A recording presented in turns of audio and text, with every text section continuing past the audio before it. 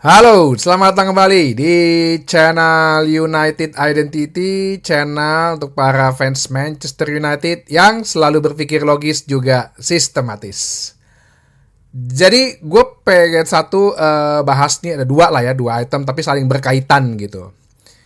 Dilaporkan dari Fabrizio Romano bahwa saat ini Ten Hag nih lagi nelpon-nelponan gitu.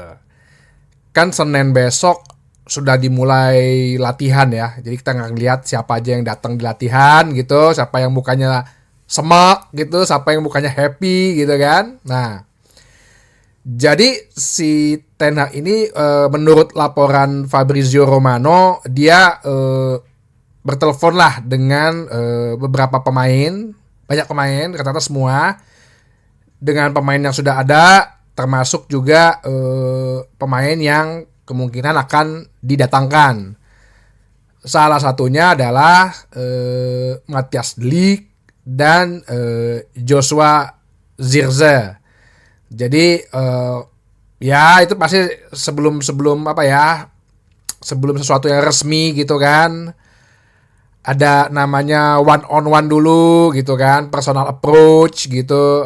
Gimana kabar gitu, Joshua gimana kabar, de Ligt gimana, di tim cedera gimana, kayak gitu gitulah ya. Itu wajar dalam satu organisasi, ada perekrutan ya. Si pimpinan biasanya kan mau mengenal secara personal.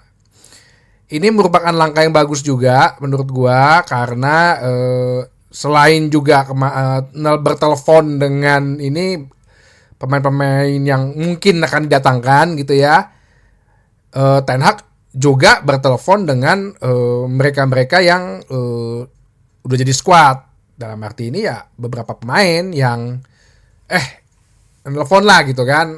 Senin latihan ya, kita mulai latihan biasa ya, jam 8 datang. Nah, semua datang ya, pada bawa ini, misalnya bawa apa gitu, kayak bawa bingkisan masing-masing. Nah, itu Ten Hag ngomong. Nah, termasuk juga mungkin ya berbicara mengenai komitmen mereka masing-masing ke depannya gitu.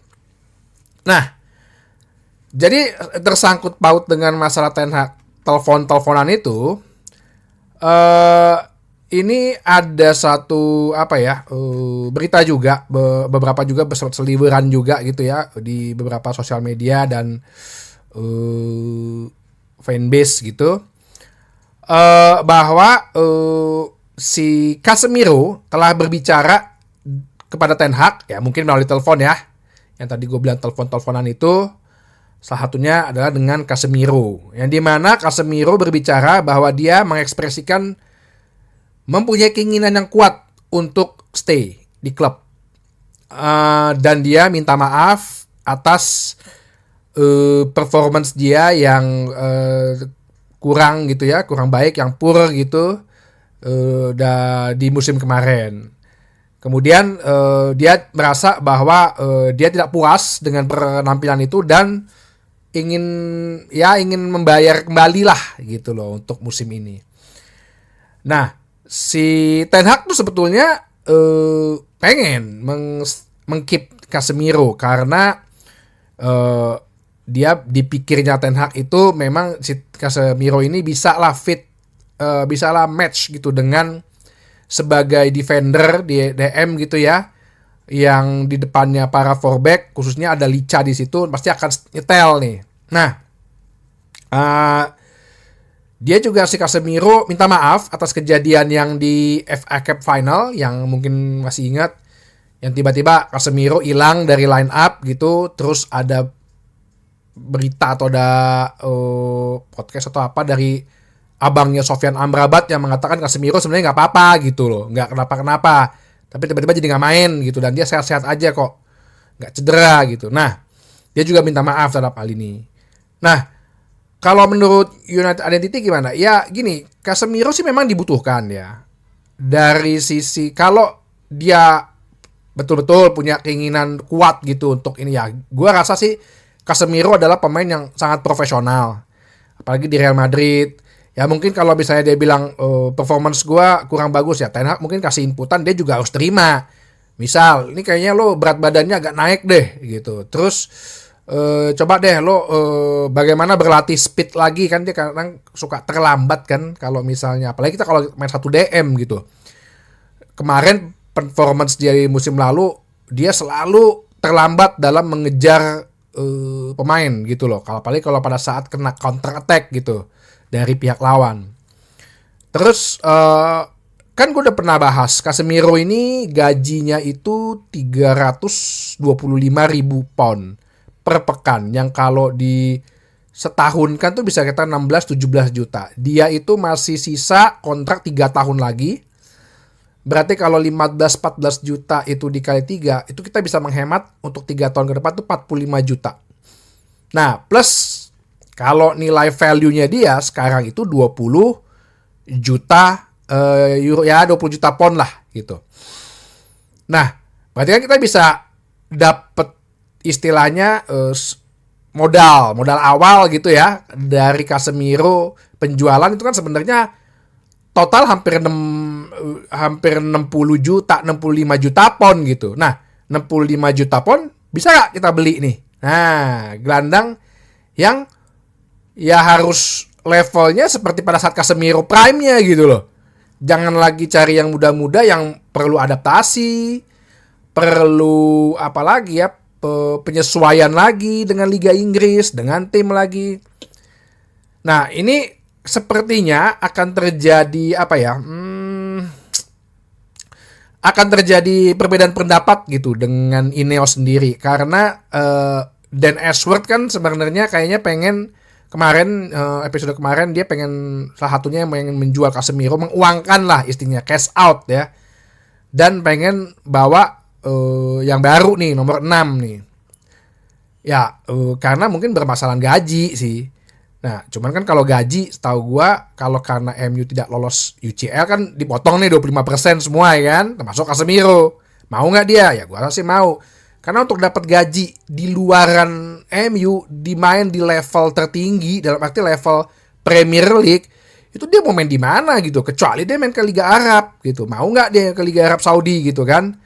Karena kalau ke Liga Arab Saudi, ya jujur bisa kata kans dia untuk masuk timnas Brazil, apalagi nanti 2 tahun lagi Piala Dunia, kecil gitu. Tapi kalau dia masih dalam level tertinggi dalam hal ini di Liga Eropa, ya Casemiro udah bagus banget main di Inggris, main di Manchester United, gajinya segede gitu, waduh. Dan tapi ya itu, dia juga harus bayar gajinya itu dengan membayar balik dengan performance dia yang dimana musim lalu ya sangat mengecewakan gitu. Nah, dikatakan juga di sini sepertinya Jason Wilcox sebagai direktur technical ya mengusulkan Amadou Onana gitu dari Everton. Gua sih pribadi tidak melihat Amadou Onana selevel Casemiro ya, belum lah, jauh gitu. Ya kalau masalah fisik jelas dia lebih muda pasti, tapi kalau pernah gue bahas juga, Casemiro itu kan sekarang kalau pemain semakin senior itu biasanya visi bermainnya itu semakin enak gitu, semakin luas gitu. Dia bisa ngumpan yang lambung-lambung long ball atau trupas tuh kan Casemiro tuh bisa tuh, visi permainannya enak gitu. Cuman ya ini, kalau dia dimainkan yang pernah kita lihat sama-sama, dia kalau kena counter attack dia suka terlambat. Nah, jadi menurut United Identity gimana nih Casemiro? Ya, dilema ya, 50-50. Makanya gue selalu bilang 50-50. Casemiro, kita butuh kepemimpinannya, kita butuh visinya dalam bermain, senioritas dan experience-nya. Ten Hag juga mestinya berpikir sih. Gue cuman ditambahin kontrak 1 tahun, jadi cuma 2 tahun hidup gue di sini. 6 bulan minimal gue harus tunjukin hasil. Nah, gue pertahankan apa enggak nih Casemiro nih? Casemiro akan jadi apa ya pepatahnya ya, kapuk dalam tidur gue atau duri dalam daging gue nih kalau gue pertahankan.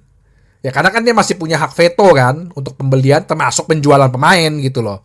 Masalah transfer pemain lah. Jadi Kalau gue jual, gue dapat baru siapa gitu loh, sebanding nggak dengan nanti. Tapi salah lagi nanti kalau misalnya nggak perform di Casemiro, ya sepertinya saya udah lepas dari cedera ya. Kalau di keep oleh Ten Hag, apakah penampilannya seperti yang 2 tahun lalu atau pertama kali dia datang? Nah, kalau itu oke lah. Jadi kalau menurut United Identity, ya kalau dia pengen, ya kadang-kadang gini, kalau dalam organisasi ya kalau pemain tuh, kalau lo lagi one on one coaching gitu ya, karena gue pernah jadi leader gitu, pernah jadi anak buah juga. Anak buah tuh selalu ngomongin yang manis-manis. Saya janji pak, saya penuhi target. Saya janji bu, saya janji bos. Bisa bos, bisa bos. Saya penuhi target, bisa bos. Iya, target segini bisa dulu. Biasanya begitu. Tapi kan, ya Ten Hag, ya ini sekarang balik terputusan pada Ten Hag gitu loh. Dia menilainya bagaimana. Ya, kalau identity 50-50. Itu aja sih, ya. Dia stay, kita positif bagus. Dia keluar positif juga, kita dapat uang, bisa keep uang juga untuk beli yang mungkin nader nomor 6 ya, dan tugasnya rekrutmen untuk melihat siapa yang pas di posisi situ, dan pemilihan Ten Hag juga. Ya, jadi 50-50 sih. Oke, itu aja. Sampai jumpa lagi di bahasan berikutnya di channel United Identity, channel para fans Manchester United yang selalu berpikir logis juga sistematis. Terima kasih.